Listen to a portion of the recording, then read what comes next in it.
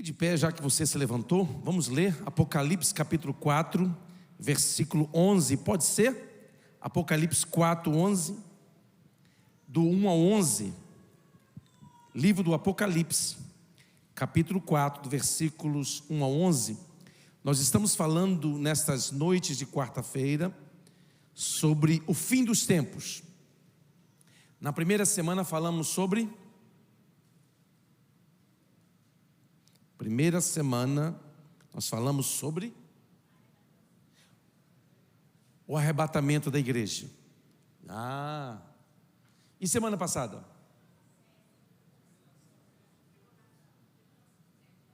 A grande tribulação.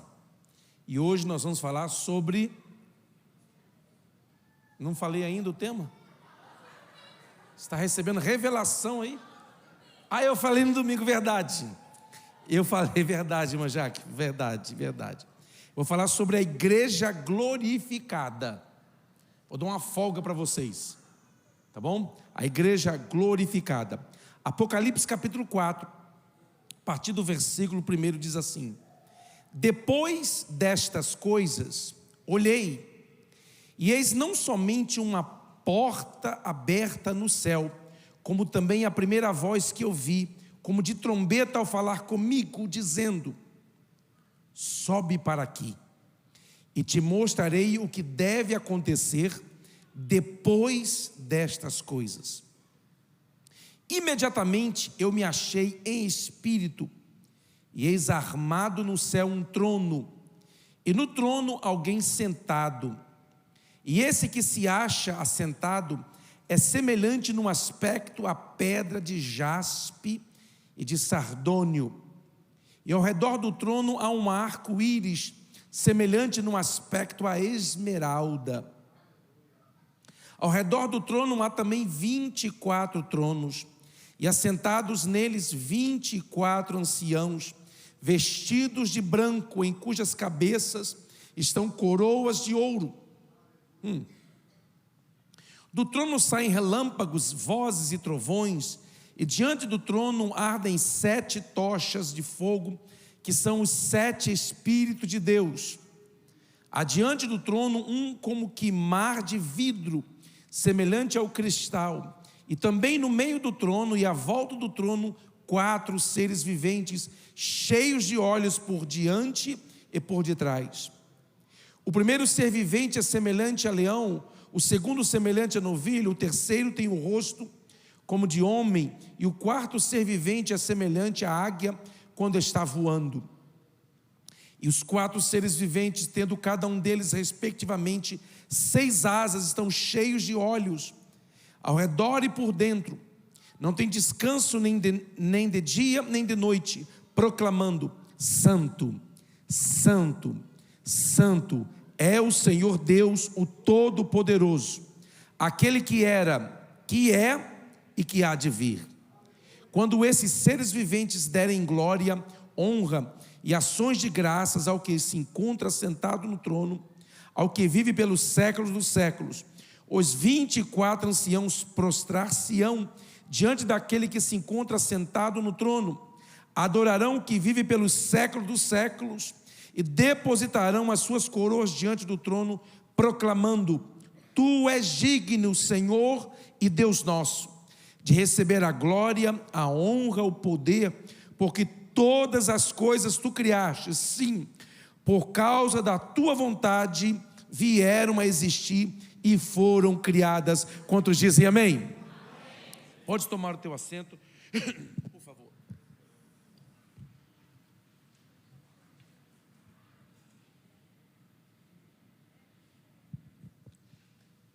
Meus amados, nós não vamos conseguir explicar versículo por versículo, mas eu vou dar uma passada assim bem rápido, você fica ligado para você não se perder, tá bom? Senão você vai levantar: o que aconteceu? O que foi? Você não vai entender. Presta atenção. O texto começa dizendo: depois destas coisas. Depois de quais coisas? As cartas às 7 igrejas da Ásia. Então eu preguei e eu ensino, e eu acredito e prego a teologia pentecostal de que o arrebatamento da igreja acontecerá antes do início da grande tribulação, ou o arrebatamento dará início à grande tribulação. Nós estamos nas nossas igrejas, inclusive pentecostais, cheias de pastores que não acreditam mais no arrebatamento da igreja. Eles acreditam que a igreja passará toda a grande tribulação e irá ser arrebatada no final da grande tribulação, e ela irá e voltará, porque Jesus voltará no final. Então vai ser um bate e volta rapidinho. Então nós pregamos durante muito tempo, a igreja será arrebatada. Então, depois destas coisas, depois da história da igreja, depois do tempo da igreja, aí Deus diz lá na frente, versículo 1 ainda: sobe para aqui. Isso é uma figura do arrebatamento da igreja que vai acontecer depois destas coisas. E eu te mostrarei o que deve acontecer depois destas coisas. De novo está aí. Depois da dispensação da igreja. Por quê? Eu creio, e isso aqui é uma linha de interpretação teológica, eu acredito que as 7 cartas enviadas às 7 igrejas da Ásia, elas relatam de forma profética o período total da igreja na terra. Eu sei que diversos pastores divergem nessa interpretação, e nós temos aqui vários pastores na nossa igreja que são profundamente, que conhecem a Bíblia em profundidade. Então eu respeitosamente, eu quero apresentar esta forma, essa interpretação, porque alguns não creem assim. Eu acredito que se o Senhor Jesus escolheu 7 igrejas, e Ele queria falar apenas às 7 igrejas, por que é que Ele não escolheu nenhuma igreja em Israel? Por quê? Ele escolheu 7 igrejas que hoje estão localizadas na Turquia. Então por que é que Ele pegou 7 igrejas contemporâneas do tempo primitivo na região da Turquia? Se Ele quisesse falar uma mensagem apenas para todas as igrejas, Ele usaria igrejas de diversos lugares. Mas Ele pega 7 igrejas da Ásia, começando por Éfeso, terminando com Laodiceia. E eu interpreto que, quando você ler as 7 cartas, você vai correlacionar profecias às igrejas da Ásia, que se identificam com o tempo histórico da igreja, começando por Éfeso, relatando o tempo da igreja primitiva, e terminando com Laodiceia, que representa a igreja atual. Ok? Então, por isso que eu digo, depois destas coisas, depois do tempo da igreja, depois da história da igreja. Aí o texto diz aqui, eu vou entrar rapidamente aqui porque eu tenho outras coisas também para falar, não que isso não seja importante. E esse que se acha sentado é semelhante no aspecto à pedra de jaspe e de sardônico. E ao redor do trono há um arco-íris semelhante no aspecto à esmeralda, um arco-íris verde, Então ele descreve o que está sentado sobre o trono, Deus, obviamente, semelhante a uma pedra de jaspe. Para vocês entenderem um pouco, jaspe é a primeira estrutura da Nova Jerusalém mencionada. Jaspe, no peitoral do sacerdote, era a última pedra do peitoral. Então aqui pode ser, ele está referindo-se à eternidade de Deus. A aparência como que pedra de jaspe, ele é o primeiro e ele é o último. Amém? Pode ser, ok? Vamos lá. Aí ele diz, verso 5 fala de 7 Espíritos de Deus.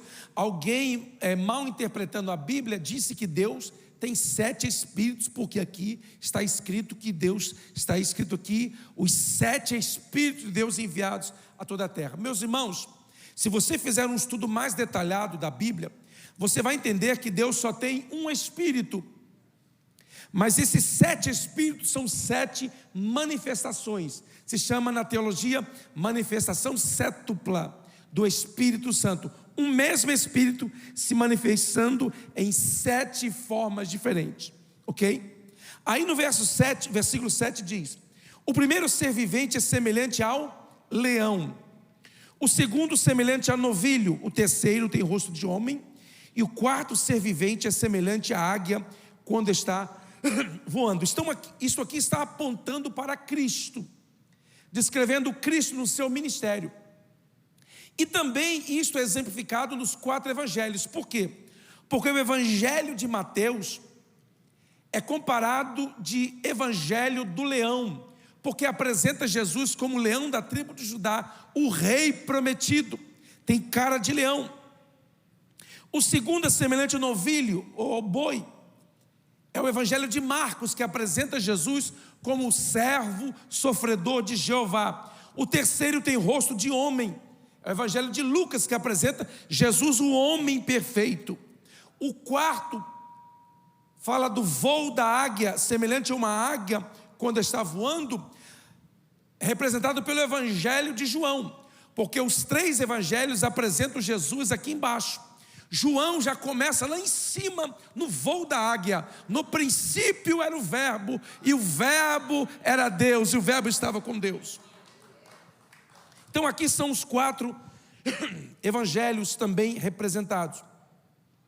Aí fala de novo sobre os 7 Espíritos de Deus. Então, amados, o texto bíblico aqui, ele começa a descrever a igreja no céu, o ambiente que a igreja encontrará quando chegar no céu, porque de Apocalipse 1 a 3 refere-se ao período presente, e a partir do 4 a igreja não é mencionada até o capítulo 19 de Apocalipse, que descreve o período da grande tribulação. Então, por isso e por muitas outras razões, nós não acreditamos, muito menos ensinamos de que a igreja passará aqui na terra o período da grande tribulação. Quem quiser ficar aí, fique, mas eu vou subir no arrebatamento. Tem mais gente aí? Maravilha. Então vamos lá. A igreja vai ser arrebatada e nós possuiremos um corpo glorificado. Que corpo é este, pastor? O que a Bíblia diz? Vamos lá, Filipenses 3, 20 a 21.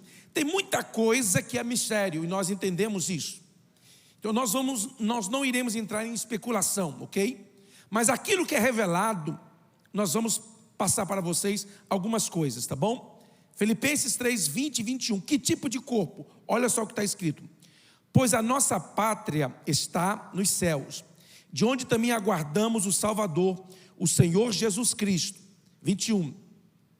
O qual transformará o nosso corpo de humilhação para ser igual ao corpo da sua glória, segundo a eficácia do poder que ele tem de até subordinar a si todas as coisas. O texto bíblico está dizendo que nosso corpo, a partir do arrebatamento, será um corpo semelhante ao corpo ressurreto de Jesus. Então, se nós quisermos saber como que será o nosso corpo, nós temos que ver versículos bíblicos que descrevem Jesus Cristo ressuscitado. Eu não vou ler todos os versículos, eu vou falar, e você que é bom de memória não vai nem anotar, vai guardar, vai memorizar. Primeiro, no domingo da ressurreição, Maria Madalena chegou ao sepulcro, tendo Jesus já ressuscitado, e os discípulos passaram por ali, e nada viram, a não ser o sepulcro vazio, a pedra removida, os lençóis dobrados ali. E ela ficou ali no sepulcro, e de repente ela vê alguém caminhando em sua direção, e ela não reconheceu. Ela pensava ser o jardineiro, o cuidador daquela região, porque no lugar onde Jesus foi sepultado era um jardim. Então ela pensava ser o jardineiro. Por quê? O corpo dele não brilhava, não havia nada sobrenatural ali aparentemente que o identificasse como um ser espiritual. a ponto dela confundir com o jardineiro. Aí Jesus se aproximou dela, né? E ela perguntou ao jardineiro: ô jardineiro, ô senhor jardineiro, onde o colocaste? O que você fez com o corpo dele? Ela não reconheceu. Jesus responde a Maria Madalena, dizendo: mulher. Quando Jesus responde a Maria, ela: ó, é ele, é o Senhor. Ela reconheceu ele pela voz. Então o corpo glorificado, é bem provável que nós vamos levar a nossa voz, porque a nossa voz faz parte da nossa personalidade.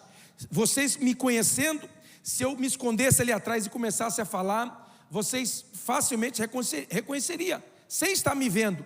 Se eu começasse a falar: olá irmãos, graça e paz, você é o pastor. Conheço o timbre de voz dele, conheço o jeito dele falar, porque nós somos conhecidos pela nossa voz. Ela o reconheceu pela voz. Ela tinha visto Jesus durante 3 anos e meio, até 3 dias atrás. Será que alguém seria capaz de esquecer a fisionomia de alguém, tendo visto essa pessoa por 3 anos e meio? Não.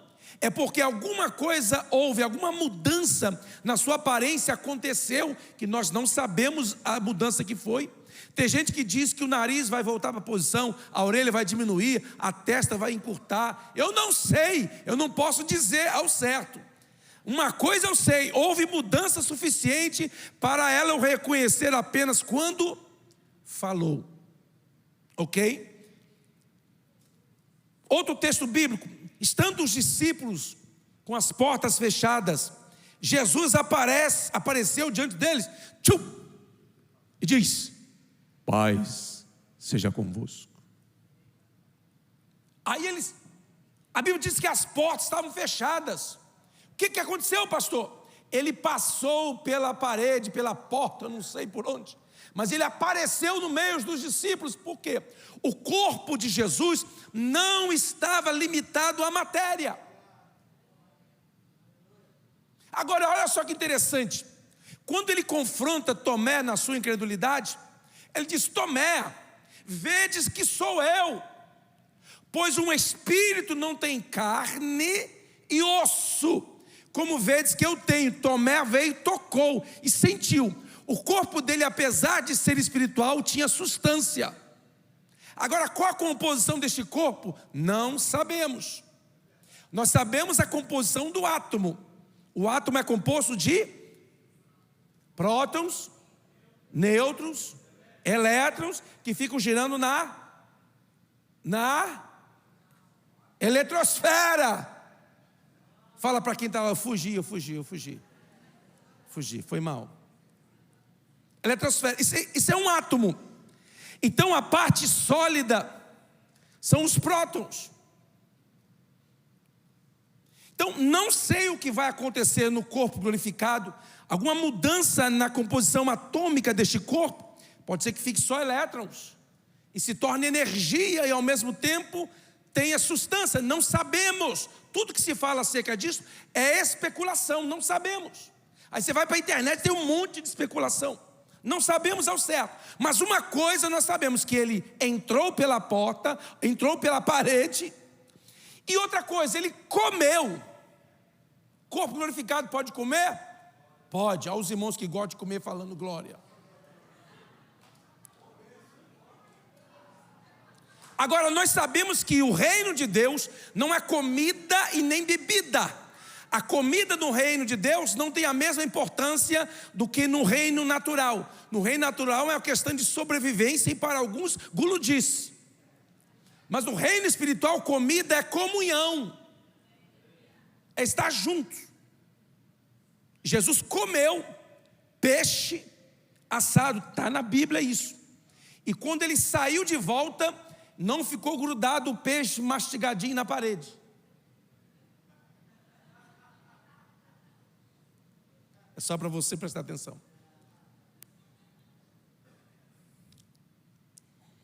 Ok? Então, o corpo glorificado de Jesus é um corpo que tem substância, que tem massa, mas ao mesmo tempo uma composição glorificada, não limitada às leis físicas da natureza. Quantos glorificam a Deus por isso?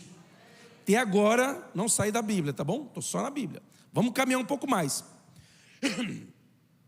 Nós não perderemos a nossa identidade, porque olha o que diz o texto, em alguns textos do Apocalipse diz isso, que ali no céu haverá pessoas, homens de todas as raças, tribos, línguas e nação. Ou seja, você vai levar para o céu esse jeito seu brasileiro de ser. Porque se você perder a sua cultura, você perde a sua identidade. Você perde a sua noção de quem você é.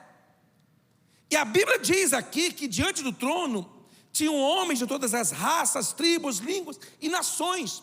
Está especificando que vai haver, por quê? No céu nós não vamos perder a nossa identidade, nós não vamos deixar de ser alguém e passarmos a ser outra pessoa, porque se nós deixarmos de ser nós mesmos e passarmos a ser outra pessoa, a salvação não faz sentido.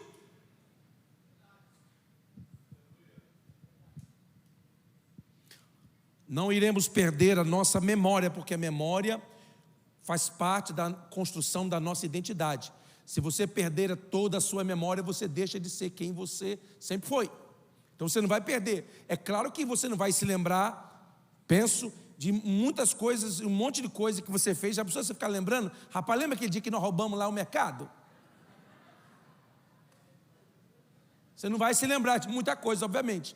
Mas você não vai perder totalmente a sua memória. Senão você deixa de ser quem você é. Você perde a sua identidade. Nós não teremos laços familiares.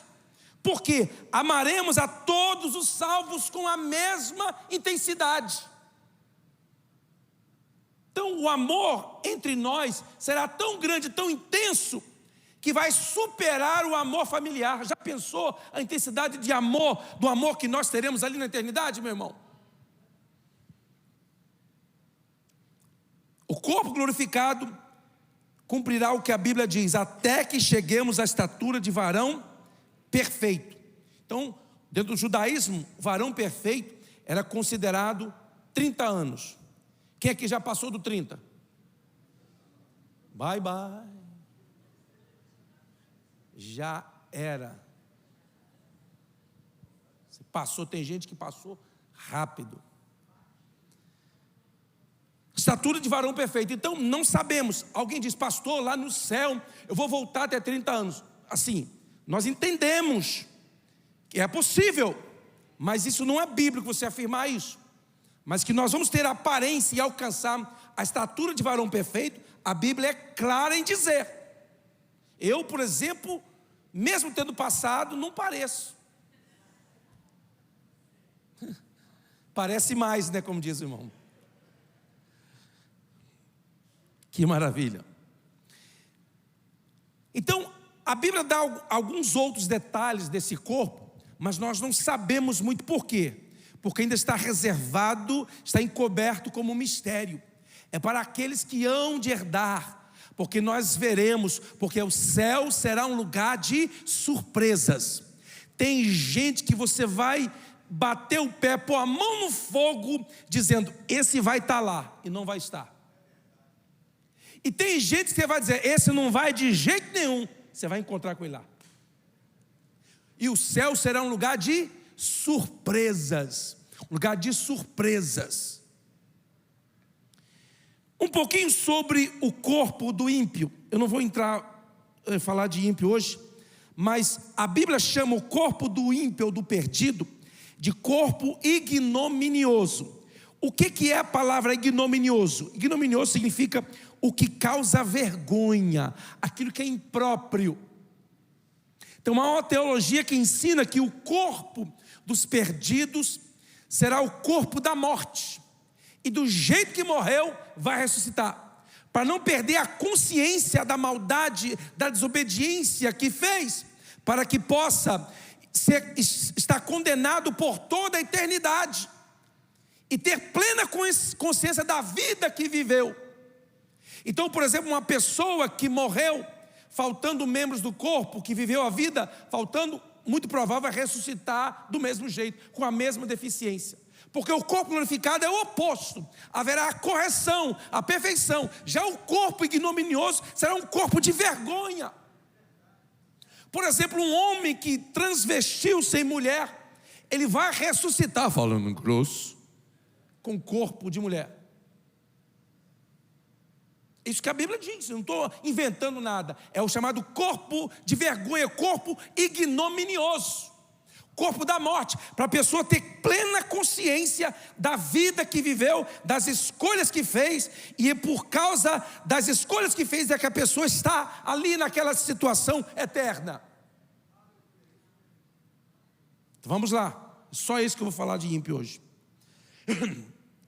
Então o corpo será transformado, nós não estaremos limitados mais às leis da natureza, nós poderemos viajar a velocidade do pensamento, velocidade não conhecida, porque a luz ela viaja a 300 mil quilômetros por segundo, já o pensamento viaja, você pensou, você chegou e encontrou, assim nós viajaremos na eternidade, isso é só o início.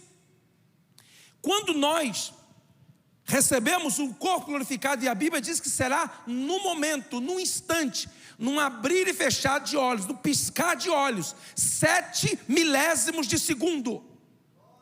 Não dá tempo nem de perder a imagem diante dos olhos. Você está piscando e você está me vendo sem perder a imagem. Assim será a velocidade da nossa transformação.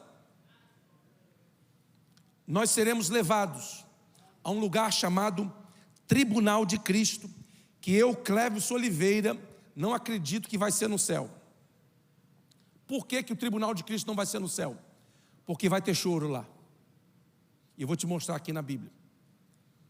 E como o céu não é lugar de tristeza, no céu só há alegria, só há prazeres, ali não há luto, não há decepção, não há prejuízos. E a Bíblia diz que no tribunal de Cristo haverá perda, e haverá prejuízos, e haverá lágrimas. Então vamos lá, 2 Coríntios 5,10. Porque importa que todos nós compareçamos perante o tribunal de Cristo, para que cada um receba segundo o bem, ou olha como é que o mal sai devagarzinho, eu sei. Então, no tribunal de Cristo você vai receber segundo o bem ou o mal. Então, todo o mal que você fez vai ser mencionado ali, vai ser julgado. E vai ser colocado numa balança. Se aquilo de bem que você fez pesar mais, você será galardoado. Se pesar contrário, meu irmão, você não será condenado. Mas a Bíblia diz que o tal será salvo como que pelo fogo. Pastor, o que significa ser salvo como que pelo fogo? É só com a roupa do corpo. A casa pega fogo, o que você faz? Vaza. Sai com a roupa do corpo. Ou seja, a pessoa que tiver perda, o prejuízo no galardão, ele vai ficar só com vestidão. E você vai conhecer por toda a eternidade as pessoas que foram salvas como pelo fogo. Por quê? Porque vai estar patente diante dos olhos. Você vai ver só o vestidão. Olha o que diz 1 Coríntios 3, a partir do versículo 12. Contudo, aqui está a descrição da entrega dos galardões. Contudo, se o que alguém edifica sobre fundamento é ouro, diga ouro, prata, pedras preciosas, madeira, feno, palha, são 6 elementos que a pessoa está construindo o seu edifício espiritual, ou a sua vida espiritual, ou o seu galardão. Manifesta se tornará a obra de cada um, pois o dia a demonstrará. O dia com D maiúsculo. Então não é um dia qualquer, é o dia do tribunal de Cristo. Porque está sendo revelado pelo fogo, e qual seja a obra de cada um, o próprio fogo aprovará. Porque a presença de Deus é fogo. A Bíblia diz que os olhos deles são como chamas de fogo. E as nossas obras serão trazidas para o fogo da sua presença. Aí diz: se permanecer a obra de alguém que sobre o fundamento edificou, esse receberá galardão. Se a obra de alguém se queimar, sofrerá ele dano, mas esse mesmo será salvo, todavia como que através do fogo. Então, o tribunal de Cristo não é um julgamento para salvação ou condenação, mas é um julgamento para recompensa, para galardão. Então são três metais, três materiais usados. Ouro fala de divindade, prata fala de redenção, pedras preciosas fala de dons espirituais. Ou seja, aquilo que você faz para Deus, que é ouro puro, aquilo que você faz para Deus, que é prata, que trabalha em prol da redenção, do alcance de vidas, da evangelização, isso é prata. Pedras preciosas são os dons espirituais que Deus concedeu ao seu povo, para que eles exerçam esses dons para o crescimento da igreja, para a edificação da igreja. Agora existem as obras que são feitas de madeira. Madeira na Bíblia fala de natureza humana, obras naturais que a pessoa faz. A segunda é feno, que são obras da carne. Terceira são palhas, que são obras malignas, que o crente pode fazer? Pode. Eu tenho algumas coisas que eu sei que não vou receber galardão na eternidade, que eu fiz com raiva, eu já reconheço. Eu me lembro uma vez que os irmãos chegaram para a escola bíblica de obreiros lá, pastor, e eles chegaram e não me avisaram, e eu pedi repetidas vezes, e eles chegaram sem avisar, ainda ligaram o pastor reclamando. O pastor me ligou, me passou o sabão. Eu fui buscar eles no aeroporto, mas fui na carne. Me lembro disso até hoje. Eu fui com aquela vena acelerando, doidinho para ela dar uma derrapada, para dar um susto naqueles irmãos. E eu trouxe ele de volta, cheguei na igreja, estacionei a vena, e eu não desci para abrir a porta, eu fiz com má vontade. Eu sei que aquilo ali vai fazer assim, ó. Quando o Senhor fala, lembra que esse dia que você buscou os irmãos de van aqui? Lembra? Lembro, Senhor. Só perdi meu tempo e perdi meu sono. É por isso que no reino de Deus, Deus não olha para as coisas que você faz, para o dinheiro que você dá. Deus olha para o seu coração. Então tudo que você for fazer na obra de Deus, faça com amor, porque amor é ouro. Ah, mas o irmão não merece. Verdade, tem gente que não merece, mas não são desta igreja, são de outras. Se não merecer, mas você não perca o seu galardão, senão você vai perder seu sono, perder o seu dinheiro, passar raiva, e ainda vai ver a obra sendo queimada e todo mundo assistindo com você, assim, ó.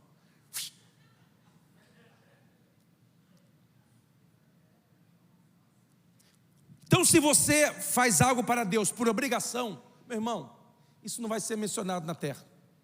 Se você faz alguma coisa na igreja esperando o reconhecimento, esperando o aplauso, o líder tentou mencionar todo mundo, mas por algum motivo esqueceu de mencionar o irmão. Ai de vós, se me esquecerdes.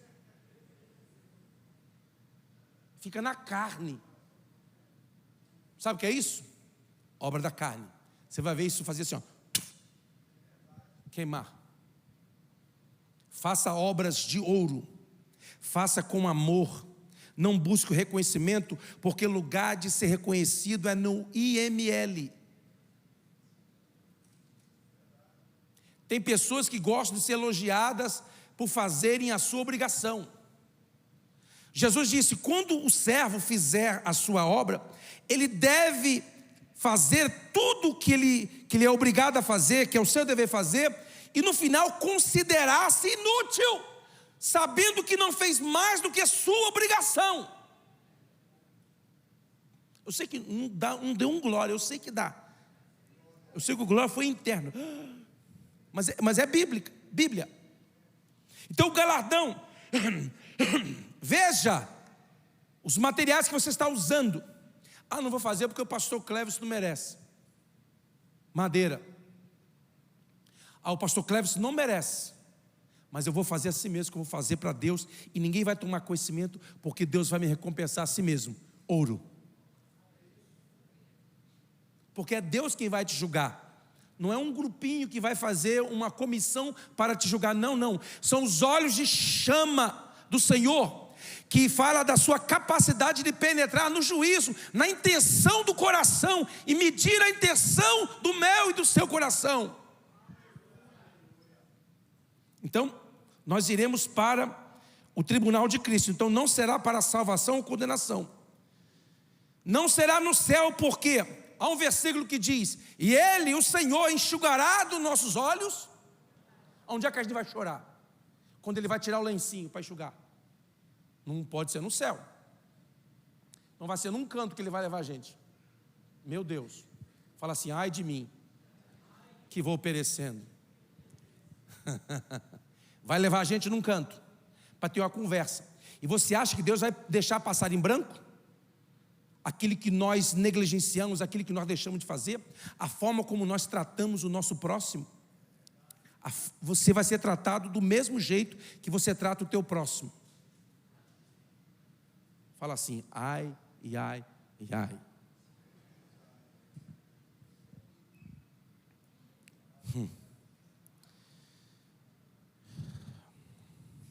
Olha o que diz a Bíblia. O galardão, ele definirá quem você será no reino e sua capacidade de refletir a glória de Deus. Vou repetir.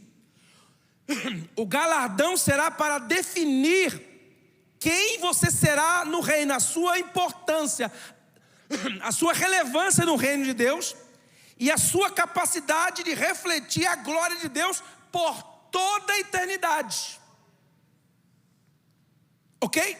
Tem um versículo de Isaías que diz: aqueles que ensinam a justiça refugirão como astros. Então você que ensina a verdade, a palavra de Deus, você que discipula, você que forma nas pessoas o caráter de Cristo pelo poder da palavra, pela unção do Espírito, a Bíblia diz que você vai refugir no universo como astros. E a gente achando que esse trabalho não é importante. Então não seria justo para os cristãos que sofreram martírio pagar um alto preço, que recebam a mesma recompensa de um crente que não fez nada, um crente que foi salvo como que pelo fogo. Ou então os obreiros da atualidade. Eu vou ter sérios problemas quando chegar na eternidade e começar a ouvir os testemunhos de Policarpo, de João, de Pedro, de Tiago, e eles falando, quem sabe, o testemunho do que passaram para chegar ali. Aí chegaram geração 21, geração vegana. Mas olha, eles falavam mal de mim no Facebook, o pessoal me bloqueava, o pessoal dava dedinho para baixo nas minhas postagens, o pessoal me criticava dizendo que eu era muito duro. Sofrimento dos pregadores dessa geração, a maioria são assim, eles acham ruim é disso. E os outros dizendo que sofreram martírio, que foram esquartejados, que foram apedrejados, que padeciam necessidades, aflições, e a gente chegar dizendo: olha, o dia que eu preguei, a igreja não encheu, o povo não dava glória, como se nós dessemos glória para pregador.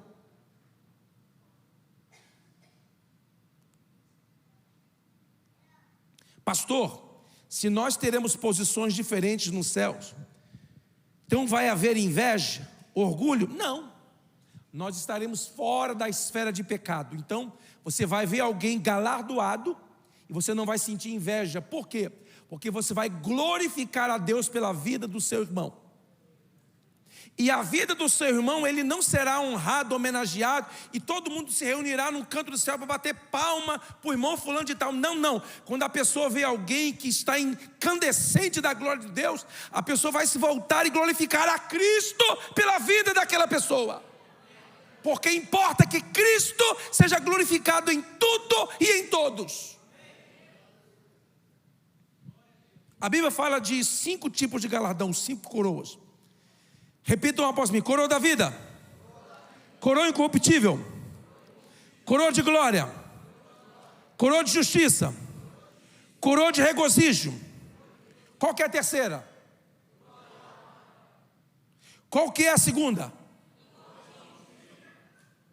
Qual que é a quinta? Qual que é a primeira, terceira e quinta?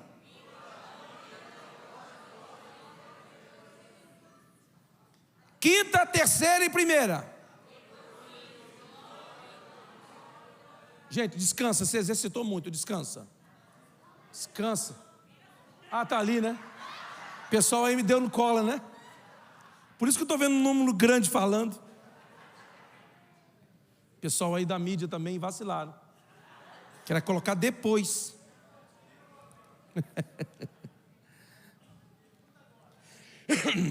Vou perguntar, tira para você ver se eu vou perguntar. Não, deixa para lá. A Bíblia fala de 5 coroas no céu. E olha só, nós, durante muito tempo, pregamos o evangelho errado, o evangelho da pobreza, o evangelho da melhoria de vida social. É o evangelho seguinte: você que não tem casa, no céu você vai ter uma mansão. Você que não tem água na sua casa, no seu barraco, no céu o rio da vida nasce debaixo do trono. Você que não tem luz, você que não tem dinheiro para pagar a conta de luz, não precisa se preocupar que no céu o cordeiro iluminará. Aí a crentada pobre, aleluia. Porque é um evangelho que prometia melhora de vida social. Não se preocupe com essa casa que você muda, que você mora, que esse apertamento, que é tão apertado o lugar que você mora, que você e tua esposa todo dia sonham os mesmos sonhos.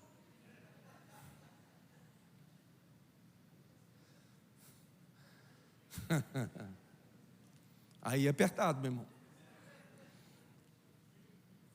Chegar no céu, vou morar numa mansão de ouro, de pedras preciosas. Eu pergunto para você: casa no céu precisa de telhado? Não chove, não tem sol. Casa no céu precisa de cozinha? Você não vai ficar lá fritando bife.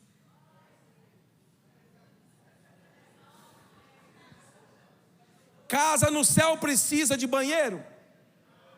Casa no céu precisa de quarto?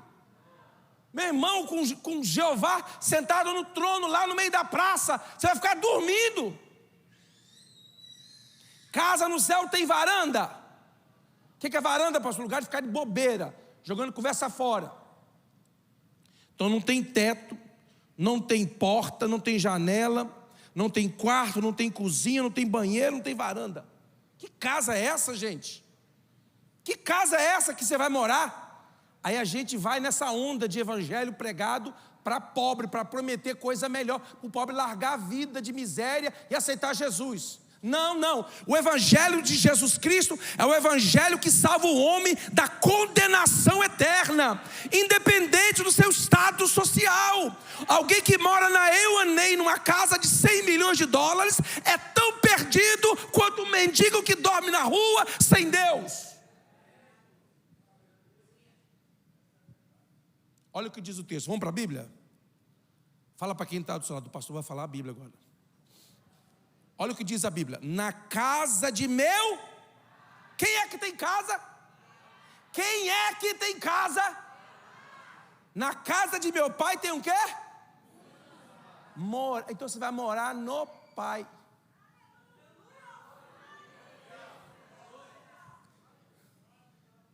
Meu irmão, sabe qual é o valor de ouro do céu? Asfalto. A Bíblia diz que o calçadão do céu, você bate assim, é ouro sólido, maciço. Pastor, o que é isso?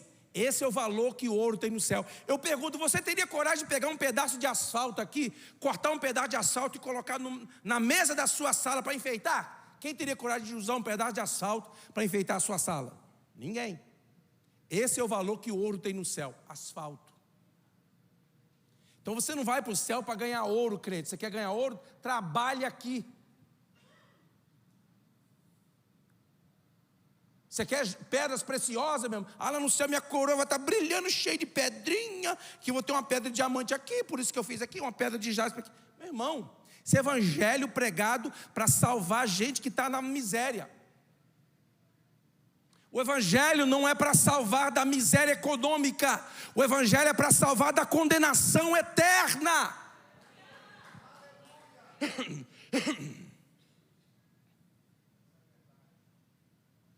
Vamos encerrar. Segunda coisa. Então nós vamos ser transformados. Depois nós vamos para o tribunal de Cristo. E depois que Ele tirar o lencinho do braço, passar nos nossos olhos, enxugar a lágrima, dar uma torcida, aí nós vamos para as bodas do Cordeiro. Apocalipse 19, dos versículos 1 ao 10, descreve este evento, as bodas do Cordeiro. Onde será? No céu. Aí nós vamos comer. Os crentes gulosos de... Seja sincero, irmão. Você já perdeu um galadão, você que enganou agora, palha de novo. Você gosta e não falou. Onde será? No céu. O que iremos fazer? Nós vamos comer ali pelo menos duas coisas, a Bíblia fala. Aí eu tenho pitanga e melancia, não está na Bíblia. Tá bom? Mas a Bíblia diz duas coisas que estão na Bíblia aqui. O fruto da árvore da vida está na Bíblia. Diga assim, está na Bíblia. E segundo, nós vamos tomar vinho. Uva. Está na Bíblia. Jesus disse, olha, eu não tomarei mais do fruto da videira até que eu tome no reino de meu Pai com vocês. Faz assim, ó.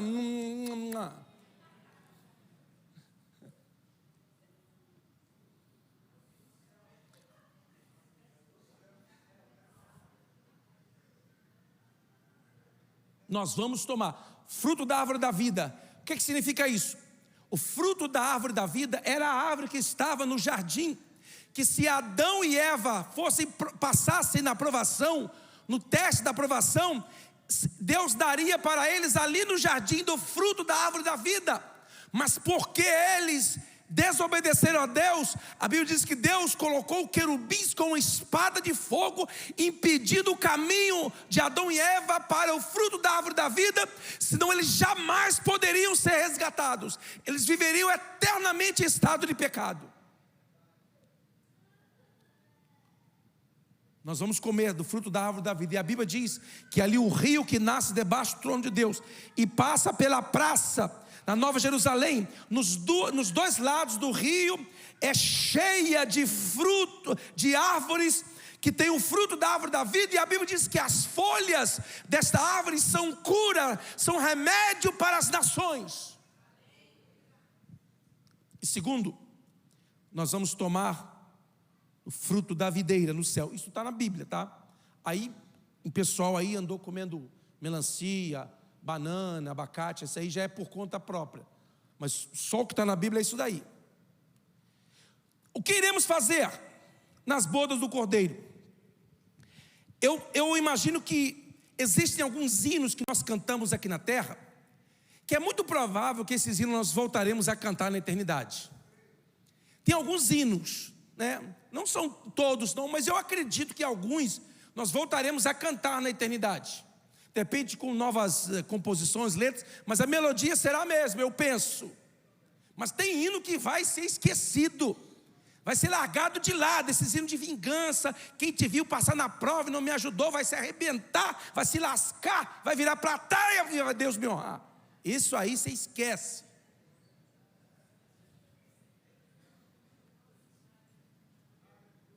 Esses hinos de vingança não vai ter não.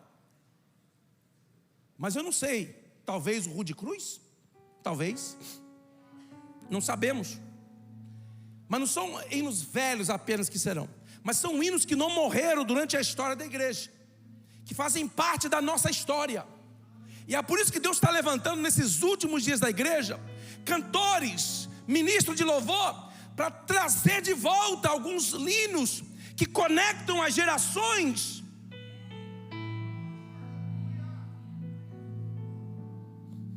Mas nós vamos cantar ali no céu o chamado Cântico do Cordeiro.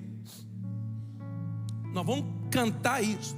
E vão ser os querubins, serafins tocando naquela acústica do céu perfeita, naquele som assim, que socado, que preenche, que enche o céu. Todo mundo, em qualquer lugar, o som é o mesmo. Já pensou? Nós estamos tentando fazer isso aqui, né, Gilmar? Qualquer lugar da igreja o som fica o mesmo. Difícil pra caramba. Mas nós vamos cantar o cântico do Cordeiro. Quando, eu imagino, olha para cá, quando nós começarmos a cantar o cântico do Cordeiro, os anjos vão ficar assim, ó.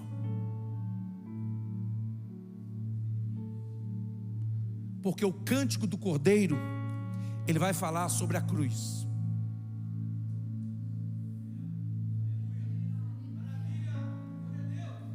O cântico do Cordeiro vai falar sobre o sangue. E anjo não tem sangue. Anjo não tem alma. Anjo tem espírito e corpo.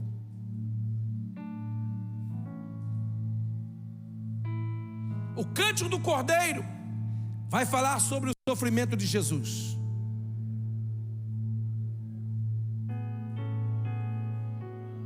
E quando começar a falar do sofrimento de Jesus, da cruz que ele carregou, do preço que ele pagou, do sangue que ele derramou, imagine como não vai ser no céu. Eu e você consegue se ver lá? Eu consigo me ver lá.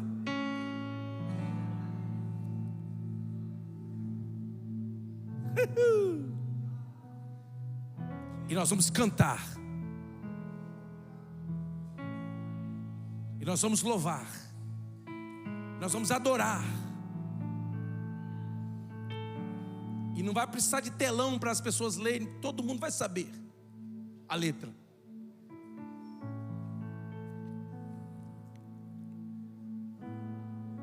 A Bíblia diz que nós vamos cantar um segundo cântico, chamado Cântico de Moisés. O Cântico de Moisés vai falar da nossa libertação. O Cântico de Moisés vai falar da mão forte do Senhor, que nos resgatou do charco de lodo e do pecado. De como Deus, na sua infinita misericórdia e na sua graça, alcançou um tão vil pecador como eu e você.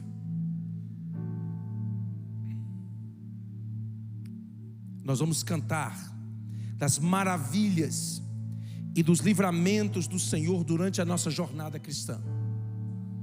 Aí você vai olhar para mim, eu vou olhar para você, você vai dar um ok assim, lá no coral você vai, valeu pastor, pastor sim, valeu, obrigado por falar a verdade pastor, obrigado. E nós vamos estar cantando, e a adoração ali no céu vai ser tão contagiante, tão intensa, que você não vai se conter. E você vai levantar as mãos, você vai dançar, e o teu corpo não vai estar limitado às enfermidades, às dores nas juntas, à dor de cabeça, à desconcentração, porque você vai estar adorando a Deus nessa festa, com salvos de todas as épocas, de todos os tempos, reunidos diante do trono cantando, louvando a Deus, agradecer a Deus por tão grande livramento. Será que você pode levantar a sua mão assim? A minha alma estava longe, fique em pé, dos caminhos. Eu era pobre, desprezível, pecador, mas Jesus me transformou, minhas trevas em luz, quando Ele estendeu, Cântico de Moisés, a sua mão para mim. Quando Jesus estendeu, será que você pode se ver? cantando naquele dia, quando Ele estendeu a sua mão para mim. Eu era pobre, perdido, sem Deus, sem Jesus, quando Ele estendeu a sua mão para mim. Agora me regozijo desde que o aceitei, e na tempestade eu posso sossegar, pois com Ele estou liberto do perigo e do mal, quando Ele estendeu a sua mão. Põe a mão no seu coração.